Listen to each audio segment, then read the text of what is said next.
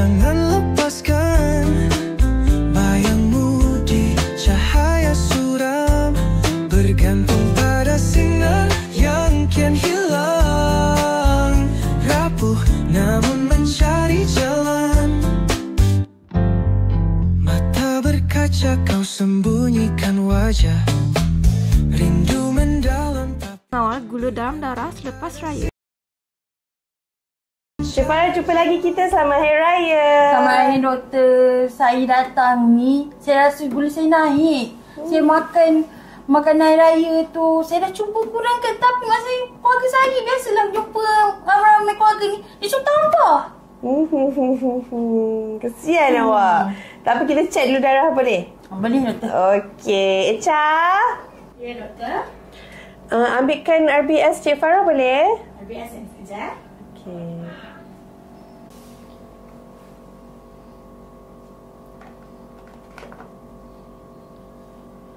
Tinggi ni Doktor. 10 bacaan ni. So memang tinggilah Cik Farah. Jadi memang waktu kita dah puasa sebulan kan, waktu tu kan badan kita dah reset. Badan kita memang jadi sensitif sikit lah kalau kita dah biasa makan tu terkawal kan. Tiba-tiba pula makan banyak makanan yang manis pula, tu memang boleh shoot kan. Jadi kita memang kena kawal lah daripada segi pemakanan, kurangkan gula, makan kena on time, dalam portion juga yang terkawal. Moderation is the key kita tak boleh makan terlalu banyak walaupun sedap. Okey, jadi Cik Farah perlukan tak panduan pemakanan yang lebih lanjut? Saya perlukan plan panduan makanan untuk saya kontrol saya punya darah ni lah. Yes, betul. Dan masa yang sama, kita kena pantau juga. Mungkin perlu lakukan pemeriksaan lanjut, kita ambil darah. Dan juga kena lakukan pemeriksaan berkala lah. Rawatan tambahan untuk kawalan gula dalam darah. Cik Farah, saya akan bagi remedi yang akan menstabilkan gula dalam darah lah dengan cara natural ataupun semula jadi. Dia bukan untuk ganti ubat. So ubat mesti makan, dia hanya menyokong. Tapi gula dalam darah tu kena selalu pantau lah. Okey, saya faham Puan. Tapi ubat ni makannya sebelum selepas Ubat dia ambil sebelum makan, titiskan 3 titik dalam air, minum 2 kali sehari lah, pagi dengan petang. InsyaAllah boleh membantu mengurangkan kadar gula dalam darah. Nanti akan diterangkan dengan lebih lanjut dekat kaunter depan Okey. Bagaimana mengawal gula dalam darah? Ramai yang berhadapan dengan kenaikan gula dalam darah yang tinggi selepas raya.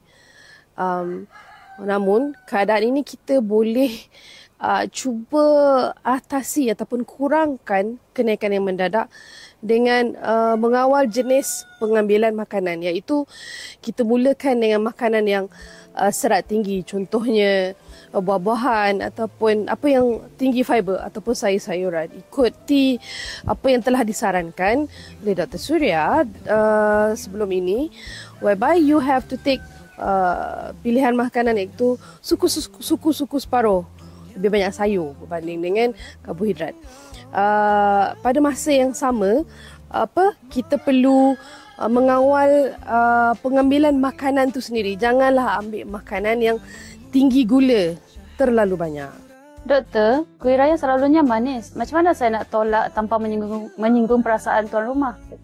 Kalau kita mendapat kuih raya, kita diberi cadangan untuk mengambil beberapa jenis kuih raya yang kita pasti tahu gula tinggi, karbohidrat tinggi dalamnya dan ia mengandungi simple sugars yang banyak dalamnya.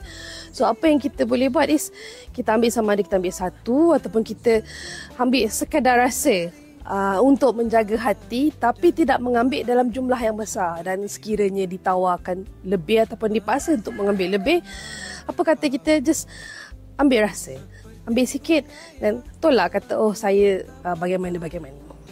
Adakah senaman ringan dapat membantu turunkan gula dalam darah selepas makan berat? Senaman ringan selepas mengambil makanan yang tinggi gula boleh menurunkan gula dalam darah, maksudnya high sugar contents which spike kan gula dalam darah tu, adakah dengan senaman ringan boleh menurunkan kadar gula dalam darah? To a point. Whereby bila kita berjalan, metabolisme kita akan dipaksa untuk digunakan. Maksud you are burning more. So ianya boleh menurunkan gula dalam darah. So sememangnya dinasihatkan untuk berjalan sebanyak 10 ke 15 minit selepas kita mengambil makanan yang terlalu tinggi kalorinya. Sometimes ada orang akan dapat mendebar-debar. So walking would help. Berjalan tu boleh membantu. Kawalan gula dalam darah adalah kunci kepada kesihatan yang lebih baik. Bukan hanya semasa raya tetapi sepanjang tahun. Pilih makanan dengan bijak dan kekalkan gaya hidup aktif. Nantikan episod seterusnya untuk lebih banyak panduan kesihatan. Pulsatilah, jangan lepaskan.